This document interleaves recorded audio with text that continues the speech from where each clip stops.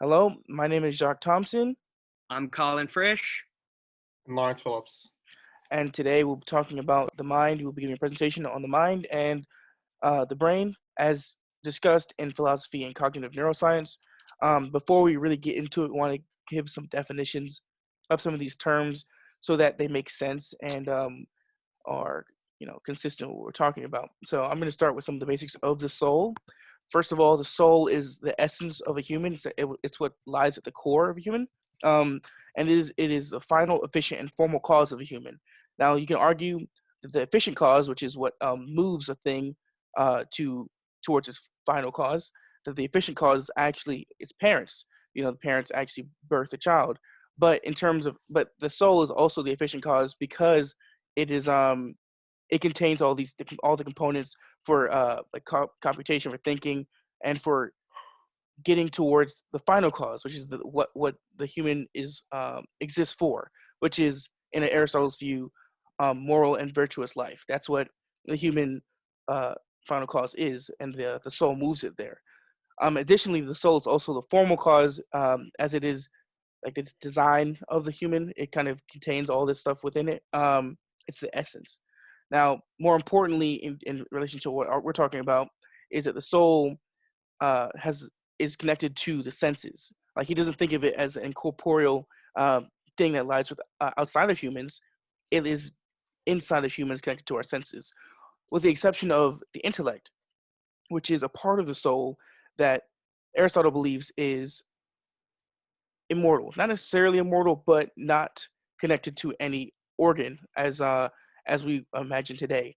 His conception of the brain wasn't one where it is connected to thinking. So he's thinking about it in a different manner. Now, with more about the soul is what gives definition to an object or to an animal or to a human. An axe's soul is what makes it an axe. A frog's soul is what makes it a frog. And without those things, it is no longer that thing. Um, and just some more information, just to clarify, when we're talking about the soul versus the mind versus the intellect, the soul and the mind, two different things. Soul is that which contains the mind. The mind and the intellect are similar things, if not the same thing. Both talking about a part of the soul that is, uh, you know, think concerned with higher cognition. And then finally, that intellect, that mind, is what separates humans from animals in terms of being able to conceptualize the world and just comprehend things at a much higher level. Yeah, absolutely. Um, a soul is not a uniquely human trait. Everything that has that natural force in it, that thing that Aristotle talks about, where there's almost the drive to create other things inside it, and that steering power, that soul, all living things have it, whether you're a toad or a bacteria or a human being, of course. And then there are different levels of soul that they can manifest, and the mind is one of the things that's manifested inside human beings with its capacity for abstraction and cognition and all this wonderful stuff. And interesting thing to note about Jacques, you were talking about the soul not and the mind specifically not being tied down to one specific organ. And a lot of the reasoning behind that is because Aristotle has this very grand perception of the intellect that doesn't really have limits.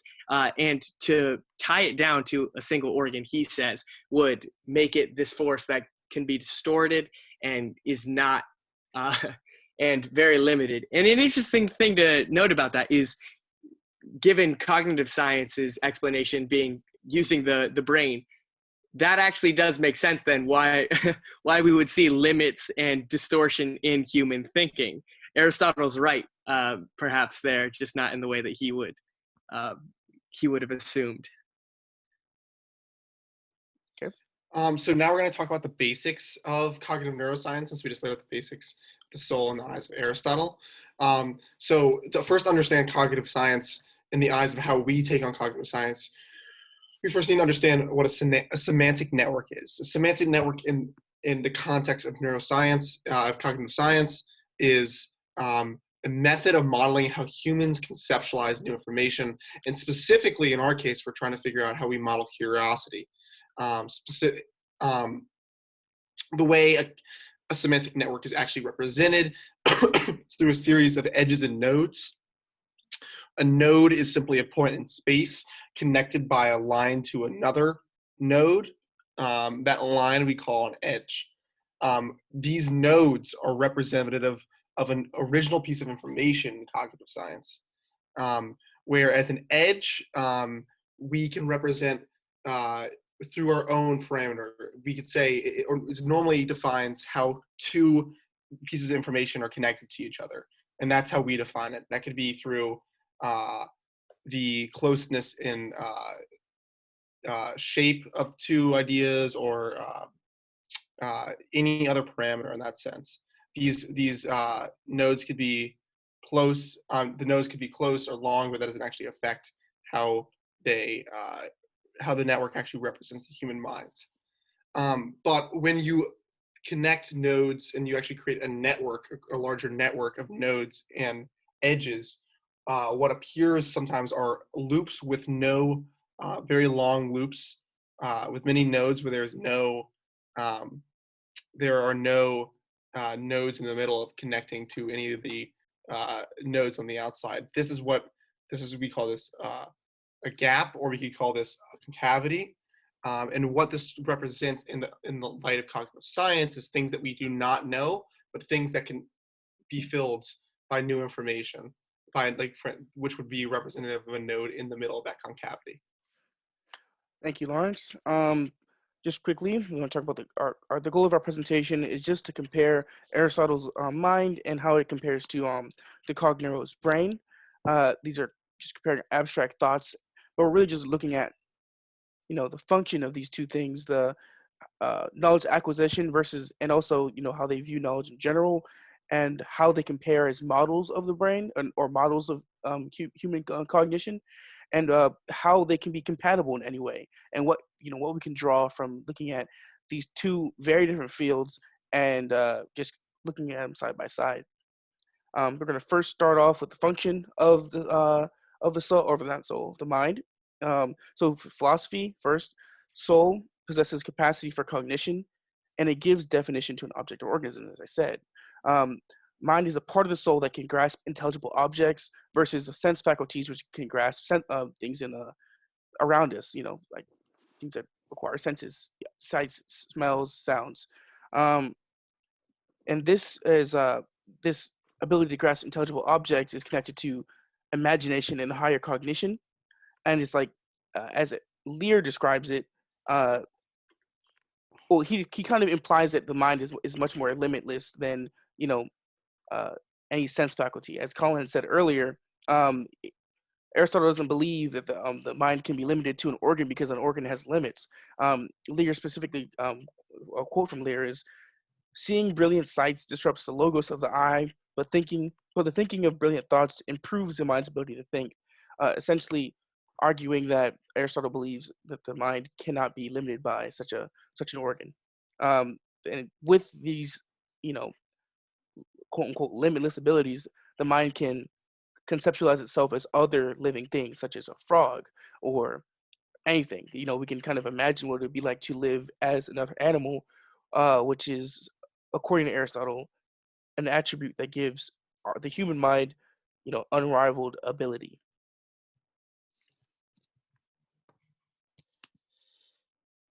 Well, we'd also, in neuroscience, we want to specify that the brain is not the soul. The brain is inherently a physical concept.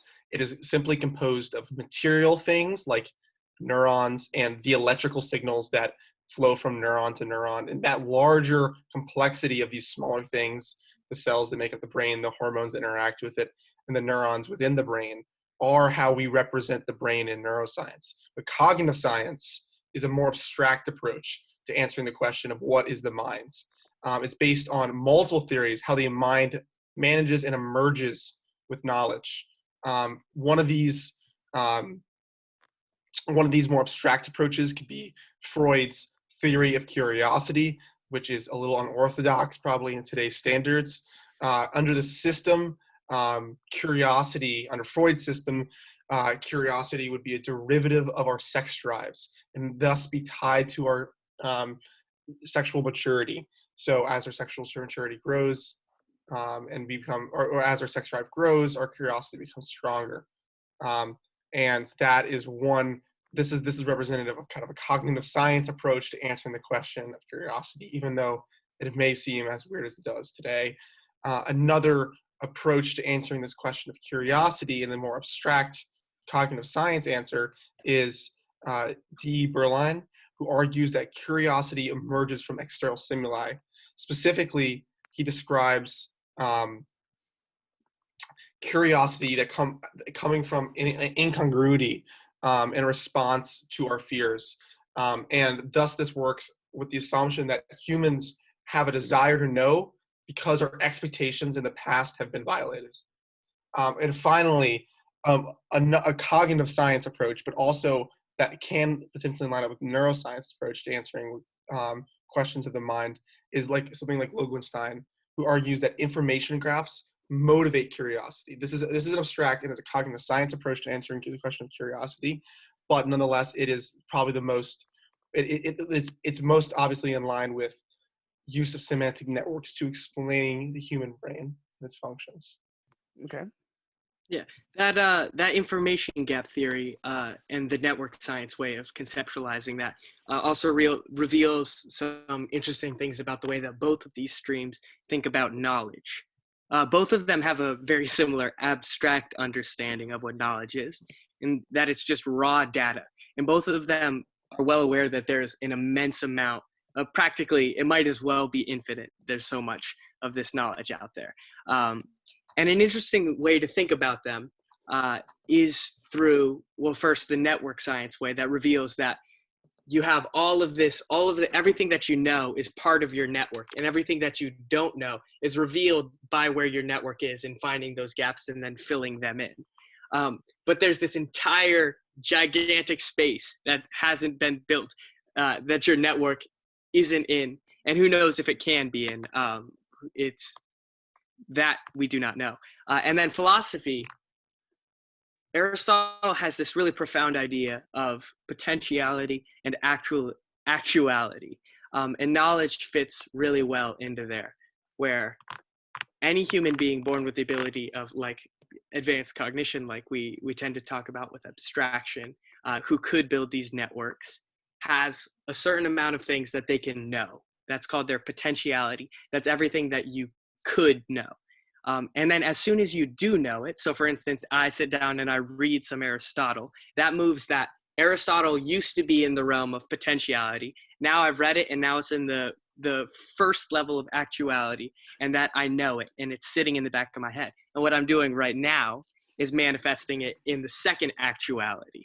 And that means that it's that means I'm using it more than knowing it. An interesting thing to note is there's definitely the temptation to say, oh, the potentiality and the gaps, all the things that there's a lot of overlap there. But an interesting to note is with concavity, there's no guarantee that we could know it. We might not have the sensory faculties to it. We might not have the brain that's capable of seeing it. Whereas everything in the realm of potentiality, by definition of what potentiality is, can be known. Exactly. Okay. Well, this begs this another way of looking at how the two streams intersect in the sense of the minds is how they both approach modeling and how they both approach their own theories and how they think of their own theories. In cognitive neuroscience, we see semantic networks as entirely a model. We create models that we believe are representative of the brain, and we iterate each time to improve those models. Semantic networks are a mathematical model at its most basic level, simply a vector space, a larger graph of lines and dots. And these lines and dots we think are representative of the minds, and we can become better representative of the minds through our improvement of its parameters, but nonetheless are an approximation in a model. A larger question that comes from this is if math and network science is inherent in nature rather than just an abstraction created by humans to explain things that nature itself would be beyond math, Rather, if math was inherent in nature, there is the potential for semantic networks and our models of the human mind and almost anything else, mathematical models of anything else, to eventually or theoretically be exact representations of the human mind. Now, this leads into Aristotle, who believes that his theory of mind is not a model human mind, rather, it's a blueprint, or rather an exact philosophy that emerges from his axioms and his own and his entire philosophy of nature, and animals and humans beings and human nature itself. Um, in this case, Aristotle sees his philosophy of the mind not as an approximation, rather as an exact one. But this begs the question, is Aristotle's philosophy unscientific at heart? Because Aristotle, rather than deriving his conclusions from a iteration of approximations and improvements, derives it from basic axioms of his own philosophy. And with that, we want to kind of bring it back and kind of think about all of what we just talked about right now and kind of get to the concluding thoughts. I want to first start off by saying that I really agree with what Lawrence is saying, or he was saying at the end of his part. I don't think that Aristotle, his method was too scientific. I think that basically these two fields, while they may have some similarities, while they do talk about the same material in a sense of the word, they are ultimately not congruent. And I don't know what really we can gain from in terms of integration, right? They're two topics talking about math, the mind and intellect and knowledge, but it doesn't necessarily mean that combining them gets us anywhere special. Um, I just think that it's an interesting way to look at it, and it may raise some new questions about, like, oh, how should we think about knowledge, and or what should people know, or these type of moral questions, but not necessarily anything that is extremely practical. Yeah, Jacques, that's very interesting, but I think I'm going to push back against that. And I definitely see where you're coming from, because, for instance, if you look at the neuroscience way of thinking about the brain, that the best way to think about it and what it actually is just a collection of neurons that fire off and embrace that says that ultimately reductionism must be true. There's very little that Aristotle can say with regards to that. But as soon as you start exploring some of the more abstract ideas of cognitive neuroscience, for instance, Zern's talking about the specific types of curiosity and the specific ways we go about wanting to know things. You see some very interesting things. So, for instance, you have Aristotle's kind of universal axiom, to use Lawrence's word, I think, that all men desire to know. Well, cognitive neuroscience has a lot of interesting things that it can say. Okay, so all men desire to know. What do they want to know? And how do they go about doing that? And Zern has a really interesting idea. And I think having those in conversation together can say a lot. I think I'm going to push back on your pushback, and therefore side with Jacques on this stance, because I think while of course there could be similarities in their stances on curiosity and even larger the theories of the minds, I think that doesn't necessarily mean that that they agree enough in a promising light that allows for like incredibly natural integration and interdisciplinary thought. I think that they come from just two entirely different ways of answering the human minds. I think if you were to want to combine them, you would either create a philosophy after having done the scientific processes and getting the information that way, or you have to kind of buy into Aristotle's approach of just having these basic axioms, and then thus kind of reject the conclusions that might disagree with that philosophy or be incongruent with that philosophy that come from the iterative approach and modeling approach from cognitive neuroscience. Thank you, Lawrence. Thank you, Collin. Thank you for listening to our presentation. We just wanted to explore the mind and intellect and the brain and just kind of raise some interesting questions. And we hope you enjoyed. Thank you. Yeah, thanks, guys. Thank you very much.